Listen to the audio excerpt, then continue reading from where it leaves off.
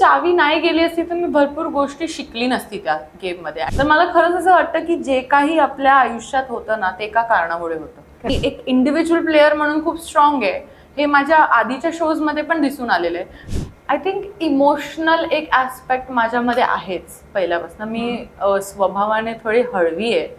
त्यानंतर राखीने मला फायनली एकटं सोडलंय. त्यानंतर तिने मला प्रोवोक करण्याचा अजिबात प्रयत्न नाही केला. मंडळी नमस्कार, मी प्रेरणा. तुम्ही बघताय मॅक्स महाराष्ट्र. बिग बॉस मराठीचा यंदाच्या सीझनचा खेळ रंगत आलेला आहे आणि त्याच्यामध्ये एक ट्विस्ट आला, तो म्हणजे वाईल्ड कार्ड 3 स्पर्धक घरात आले आणि त्याच्यानंतर खेळ जो आहे तो बदलला. एक वाईल्ड कार्ड स्पर्धक मात्र आता घराबाहेर आलेली, पण तिने बऱ्यापैकी तिच्या मेहनतीनं सगळ्याच गोष्टी प्रयत्न केलेल्या आहेत. तिचा हा अनुभव कसा राहिला आपण जाणून घेणार आहोत. आणि संस्कृती आहे आपल्यासोबत. कशी आहे संस्कृती? हॅलो. घराबाहेर आल्यावर काय वाटतंय, काय फिलिंग आहे? बापरे, थोडं रिलीफ झालंय असं वाटतंय. कॉन्स्टंटली तेवढ्या लाईट्समध्ये आणि त्या हाय प्रेशर एन्व्हायरमेंटमध्ये राहणं खूप कठीण आहे. तर सगळे जे आत्ताही कंटेस्टंट आतमध्ये आहे, माझं सगळ्यांना खूप रिस्पेक्ट आणि हॅट्स ऑफ आहे की ते तेवढं पुल ऑफ करतायत आणि त्यांनाही बाहेर आल्यानंतर एवढंच रिलीफ फील होणार आहे जेवढं मला झालंय. पण तुझ्याकडून खूप अपेक्षा होत्या, म्हणजे तुलाही वाटलं असणार ते, कारण जेव्हा तुमच्या सगळ्यांची एंट्री झाली की तिन्ही स्पर्धकांमध्ये तू खूप हे वाटत होती, स्ट्रॉंग वाटत होती, ज्या पद्धतीनं आली, ज्या पद्धतीनं बोलत होतीस, पण त्या एका चावीनं घात केला असं वाटतंय. एक चावी. आणि ती चावी गेली नसतीस तर तू आणखीन दिवस राहिली असतीस घरात. काय काय वाटतं? आय थिंक ती चावी नाही गेली असती तर मी भरपूर गोष्टी शिकली नसती त्या गेममध्ये आणि मे बी मी एका बॅकफूटवरती आली असती किंवा मला काही एक्सपिरियन्सेस न केल्यामुळे माझा गेम तेवढा उठून नाही दिसला असता. तर मला खरंच असं वाटतं की जे काही आपल्या आयुष्यात होतं ना ते एका कारणामुळे होतं. आणि ते कारण पॉझिटिव्ह असो नेगेटिव्ह असो ते इम्पॉर्टंट तेवढंच असतं आपल्याला कुठे ना कुठे. आणि मी हे भरपूर वेळा आधी पण म्हटलंय, पण आता पण हेच म्हणेन की हा सीझन माझ्यासाठी नव्हता असं मला कुठे ना कुठे आतमध्ये वाटत होतं. कारण की ज्या पॉईंट ऑफ गेममध्ये मी गेलेली ना तोपर्यंत तो पूर्णच एक्स्ट्रीम ग्रुप गेम झालेला या सीझनमध्ये. 2 ग्रुप आहेत, कट्टर एक दुसऱ्याच्या अगेन्स्ट आहेत. आणि काय होतं, मी मिडमध्ये गेल्यामुळे मला एका चालत्या ट्रेनमध्ये चढायला लागलं. आता चालत्या ट्रेनमध्ये चढलो का स्टॉप आपल्या अकॉर्डिंग नाही थांबणार, आपल्याला स्टॉपच्या अकॉर्डिंग उतरायला लागतं. म्हणून कुठे ना कुठे असं झालं की माझं जे स्वभाव आहे की मी ग्रुप सोबत जास्त खेळू नाही शकत किंवा मला जर ग्रुप प्रामाणिकपणा कुठल्या ग्रुपसोबत कनेक्शन नाही आलं तर मी तो ग्रुप जॉईन नाही करणार. हा माझा डिसएडव्हान्टेज झाला तिकडे. आणि मी एक इंडिव्हिज्युअल प्लेअर म्हणून खूप स्ट्रॉंग आहे हे माझ्या आधीच्या शोजमध्ये पण दिसून आलेलं आहे. पण इकडे कसं आहे ना, इकडे सगळे प्लेयर्स म्हणजे थोडेफार प्लेयर्स जे बिग बॉस करून आले ते कधीही 1 वर्सेस हाऊस होऊन नाही देणार. त्यांना माझ्याशी पर्सनली सगळ्यांना प्रॉब्लेम होती, पण ते मला एकटं दिसून नाही देणार. ते माझ्या समोर नेहमीच एक असं त्यांनी एक नरेटिव्ह ठेवला की अरे ही काय बोलते ते आम्हाला समजत नाही. इवन तो तसं ट्रू नव्हतं. भरपूर लोक होती घरात ज्यांना 100% समजून यायचं की मी काय बोलते काय नाही बोलते.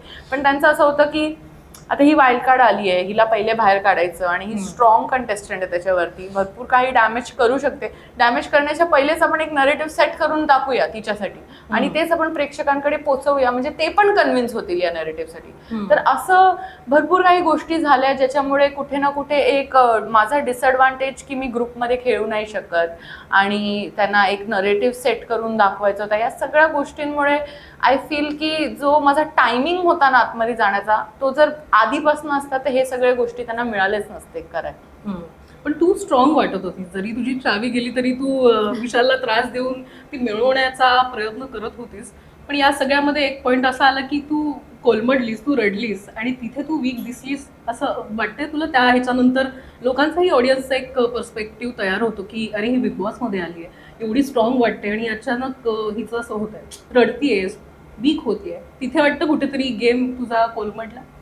आय थिंक इमोशनल एक ॲस्पेक्ट माझ्यामध्ये आहेच पहिल्यापासून. मी स्वभावाने थोडी हळवी आहे आणि माझे इमोशन्स पटकन माझ्या चेहऱ्यावरती दिसून येतात. ते रडणं असू दे किंवा राग असू दे हे सगळंच पटकन माझ्याकडनं बाहेर निघतं. आणि ऑडियन्सच्या पर्स्पेक्टिव्हनी बघितलं तर रडणं हे माझं प्लॅन नव्हतं. पण जे माझे नॅचरल रिॲक्शन्स होते ते बाहेर पडले, तर त्याला मी कितपत कंट्रोल करू शकत होती ते त्यानंतर मी खूप प्रयत्न केला की सारखी ही गोष्ट झाली तर प्रेक्षकांना एक रॉंग आयडिया नको पोचायला, म्हणून त्यानंतर नक्कीच मी प्रयत्न केला की नुकताच न रडता अजून एक स्ट्रॉंग पकड ठेवताना आपण कसं खेळू शकतो या गोष्टीची मग मी काळजी घेते. पण या सगळ्यामध्ये तुला छान अलायन्सेस बनवता नाही आले फार, म्हणजे एक प्रत्येकाचा ग्रुप होता, प्रत्येकाची एक मैत्री होती ज्याच्यामुळे पुढे जाण्यासाठी त्याचा उपयोग होता. तुझं असं कोण तयार झालं? तुला असं वाटलं की मला वाटतं की ही स्पर्धक आहे की हा स्पर्धक आहे त्याच्यामुळे मला पुढे जाण्यात मदत झाली असती? ऍक्च्युली कसं झालं ना, माझे जे असे स्पर्धक होते ना ते ऑपोजिट ग्रुपचे होते. कारण की मी असं ग्रुपमध्ये 2-3 लोकांसोबत असं अलायन्सेस बनवण्याचा प्रयत्न नाही केला.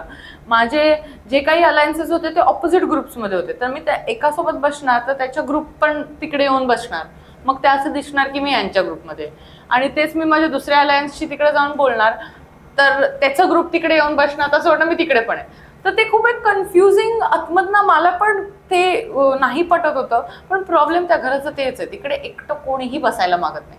इन तिकडे 4 जागा आहेत बसण्यासाठी.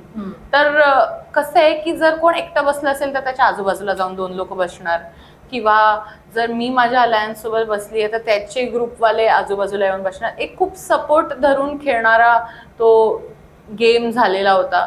म्हणून मला असं वाटतंय की अलायन्सेसमध्ये मी भरपूर लोकांशी इमोशनल बॉन्ड पटकन नाही क्रिएट करू शकली. तसं माझा स्वभावच नाही आहे की मी पटकन ट्रस्ट करणार किंवा पटकन इमोशनल बॉन्ड क्रिएट करणार, असं माझं नाहीच आहे. मला खूप हफ्ते महिने सगळं जातात. मी वेळ देते, मी सगळं ॲनलाइज करते, सगळं बघते, आणि त्याच्यानंतर मला जेन्युइनली कोणाशी बॉन्ड होतं. तर तेवढा माझ्याकडे वेळच नव्हता घरात की मी हे सगळं करावं. आणि त्या गोष्टीचं कुठे ना कुठे मला खंत आहे की बॉन्ड्स होते पण एवढे स्ट्रॉंग बॉन्ड्स नव्हते. कारण की कसं होत होतं ना, जर मी ह्याच्यासोबत एकदम स्ट्रॉंग बॉन्ड केलाय ना तर त्याचे सगळे ग्रुपवाले त्याला सांगणार की अरे पण मग ती आपल्या ग्रुपमध्ये येते का, हे जास्त इम्पॉर्टंट आहे. आणि ती गोष्ट मला अजिबात नाही पटायची. पण संस्कृत, तू इतके रियालिटी शो केले, तू मला तर सांगतेस की विविध प्रकारचे रियालिटी शोज केलेला असा तो अनुभव असताना बिग बॉस खूपच वेगळा ठरला. काय वाटत होतं तुला घरात गेल्यावर? डिफिकल्ट वाटलं तुला? चॅलेंजिंग वाटलं? खूप डिफिकल्ट नव्हतं, इट्स जस्ट की टायमिंग खूप हिट अँड मिस होत होती सारखी. म्हणजे माझं तेच होत होतं की का होत नाहीये. मग मी जेव्हा विचार केला ना प्रॉपरली, तेव्हा तो एक कळून येतं, एक सिच्युएशन जी तुमच्यासाठी बनलीच नाहीये, जी तुमच्या फेवरमध्ये तेव्हा होणार जेव्हा तुम्ही त्या सिच्युएशनमध्ये नसाल. तर तसं एक मला अनुभव तसा आला. कारण की धक्क्यावरती पण अनेकदा मी तेच ऐकलं की कन्फ्युज्ड वाटते मी, आणि कन्फ्युज वाटते मी पण कन्फ्युज्ड फील नव्हती करत मी. अच्छा, तुला कन्फ्युजन नव्हतं? मला कन्फ्युजन नव्हती. माझ्या स्टँड पॉइंटमध्ये मी खूप क्लिअर होते की मी कुठल्याही ग्रुपसोबत नाहीये. पण ते दिसून वेगळं येत होतं, ह्याच्याने कळत होतं की ती सिच्युएशनच तशी आहे ज्याच्यामध्ये मी कितीही फर्म किंवा खंबीरपणे स्टँड घेतला तरी त्या सिच्युएशनमध्ये ते फिट नाही होणार. जसं राखी इंडिव्हिज्युअल प्लेअर आहे, पण ती कुठल्या ग्रुपमध्ये वाटते? कधी कधी राकेश मध्ये असते ती मोस्टली, आणि मध्येच विशालच्या ग्रुपमध्येही दिसते कधी कधी. हीच तर सिच्युएशन झाली. आणि राखी ऍक्च्युली दोन्ही ग्रुप्स मधनं खेळते, मी तर दोन्ही ग्रुप्स मधनं नव्हती खेळत. तर ते एक आय थिंक सिच्युएशनच तशी आहे ती की ग्रुप गेम चालू आहे तर ग्रुपमध्ये खेळायला लागतं, आणि ग्रुप एक हवा आहे अशी एक रिक्वायरमेंट आहे जे की मला जमत नव्हतं आणि पटत नव्हतं. राखीचा सोबतचा काय अनुभव राहिला? कारण राखी ज्या पद्धतीनं इरिटेट करते की पेशन्स संपतात. तुझे किती पेशन्स ठेवले तू राखी समोर? माझे तर 500 इन्सिडेंट्स होते जे मी इग्नोर केले, पण ते 5 इन्स्टन्स होते जे दिसून आले एकदम. आणि धक्क्यावरती पण मी ऐकलेलं की राखी सोबत मला दिसायचे म्हणून ते भांडणं करते का मी. तर ह्या गोष्टीचं मी 100% डिनायल आहे. कारण की कसं आहे ना, राखीचा एक स्वभावच तसा आहे की तिने त्या वीकमध्ये हा टार्गेट पकडलाय, हिला आपण तोडूया म्हणजे ती मेंटल ब्रेकडाऊन पर्यंत जाऊन रडून बिडून सगळं होईपर्यंत ती एका माणसाला प्रोव्होक करते. आणि माझं असं झालेलं की मी त्यापर्यंत तिला घेऊन नाही जाणार, म्हणून मी स्टार्टिंगमध्ये खूप इग्नोर मुद्दा थंड करणं, अवॉइड करणं, हे करणं सगळे प्रयत्न केले. पण एका पॉईंट नंतर मला रिअलाईज झालं की ती सारखे सारखे मुद्दे यामुळे काढते कारण की ती हे जे वागणं आहे ना, इग्नोर करणं, हे करणं, हे खूप टेकन फॉर ग्रँटेड करते. ती बोलायची पण तशी, काय झालं हिंमत नाहीये का बोलण्याची, असं बोलून बोलून ती अजून त्या सिच्युएशनला वर्स करायची. तर एक पॉईंट असा आला की 2 इन्स्टन्स बॅक टू बॅक झाले. ते पिठाचं झालं आणि ते कपचं झालं. दोन्ही मुद्दे छोटे होते, पण एवढी मी फ्रस्ट्रेट झालेली ना ते टेकन फॉर ग्रँटेडवाल्या फिलिंगशी किंवा त्या एक म्हणतात ना, एक मला फ्रस्ट्रेशन आलेली पूर्ण. तर ती फ्रस्ट्रेशन माझं असं होतं की एकदा हिला दाखवून देते की मी टेकन फॉर ग्रँटेड नाही करू शकत. ती मला एक स्टँड मला स्वतःचा ठेवायला लागेल, मला तोंड उघडायला लागेल, मला बोलायला लागेल. आणि ते जेव्हा मी बोलली ना तेव्हा ते हायलाईटमध्ये आलं. कारण की एवढ्या वेळ मी काहीच नाही बोलली तिला, अचानक 2 इन्स्टन्समध्ये बोलली. पण त्या 2 इन्स्टन्सच्या मागचे जे 500 इन्स्टन्सचे फ्रस्ट्रेशन होते ना ते दिसून नाही आले. अच्छा. पण ते होते त्या मागे. उगाच कोणी एका कपमुळे एवढं रिॲक्शन नाही देऊ शकत, उगाच कोणी पिठामुळे एवढं रिॲक्शन नाही देऊ शकत. ते हळूहळू हळूहळू बिल्डअप होणारी फ्रस्ट्रेशन होती आणि त्या फ्रस्ट्रेशनचं एक आउटपुट निघालं स्वतःसाठी, ते स्टँड घेण्यासाठी ते रिॲक्शन निघालं. त्यानंतर राखीने मला फायनली एकटं सोडलंय. त्यानंतर तिने मला प्रोवोक करण्याचा अजिबात प्रयत्न नाही केला. पण तुझी कोणासोबत जास्त जवळीक झाली, मैत्री झाली असं कोण आहे स्पर्धा? मैत्री त्यानंतर माझी राखीसोबत खूप बॉन्डिंग पण झाली. कारण की तिने फायनली तिला कळलं तुझ्यामध्ये फायर आहे, मी नाही खेळायला येणार त्याच्यासोबत. एका इन्सिडेंटला रात्री तुम्ही बोलत असताना बोलली पण हे आवडलंय, इम्प्रेस झाली पण ती तुझ्या. तर राखी सोबतची मैत्री देखील. बाकी आणखी दीपाली ताई सोबत माझं बॉन्डिंग झालं, संकेत सोबत बॉन्डिंग झालं. एक म्हणतात ना तेवढं मला चान्स नाही मिळाला की भरपूर लोकांसोबत मी करावं, पण ज्या लोकांसोबत झालं त्यांच्यासोबत खूप छान झालं. घरात फेक कोण आहे सगळ्यात जास्त? घरात फेक सगळ्यात जास्त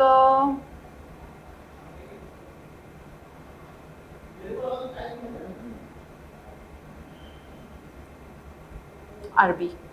अच्छा, तुला आले तसे अनुभव? म्हणजे त्याची पर्सनॅलिटी खूप कॉम्प्लेक्स आहे. अच्छा.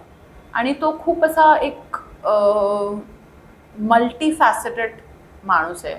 पण तो काय माहिती का भरपूर त्याचे कॉम्प्लेक्सिटी मे बी लपवण्याचा प्रयत्न करतो किंवा डिम डाऊन करण्याचा प्रयत्न करतो, म्हणजे ते बाहेर नाही दिसावे.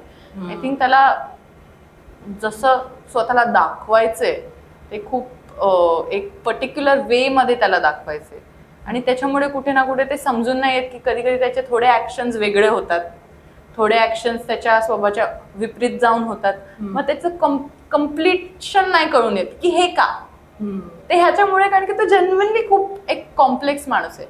फेक मी ह्यामुळे म्हणते कारण की मला खूप आवडेल की तो त्याच्या सगळ्या पर्सनॅलिटीचा ऍस्पेक्ट्स पुढे येऊन ठेवेल आणि ऑडियन्सला एक मौका देईल त्याला जाणून घेण्याचा. सगळ्यात रिअल आणि खरं कोण वाटतं? सगळ्यात रिअल आणि खरं थोडेफार मला सगळेच वाटतात की सगळेच थोडेफार रिअल आणि खरे आहेत.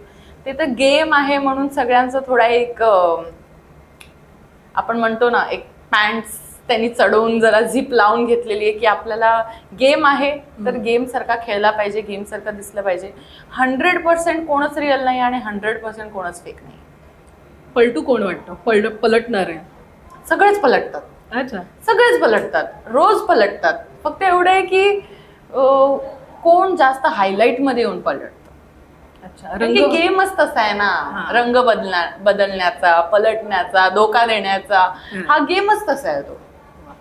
आता मी स्पर्धकांची नावं घेते, त्यांना काय काय विशेषण तू देशील ते सांग आम्हाला. विशेषण म्हणजे त्यांना काय टॅग्स देशील? ओ टॅग्स. Yes. ओके. पहिला आहे Rakhi Sawant. Rakhi Sawant drama queen. Yes. Rakesh? आरबी रद्द बापट. अच्छा, टास्क रद्द आणि नाईस. सागर? टॅलेंटेड. रेवा?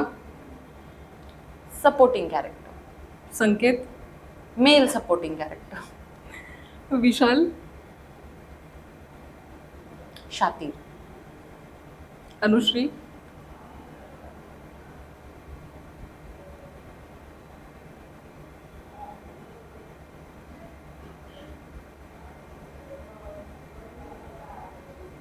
आळशी, म्हणजे ती स्वतःच म्हणते हो. ती आहे.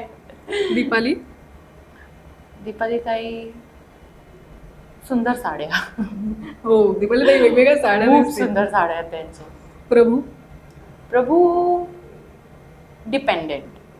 तन्वी? तन्वी इमोशनल.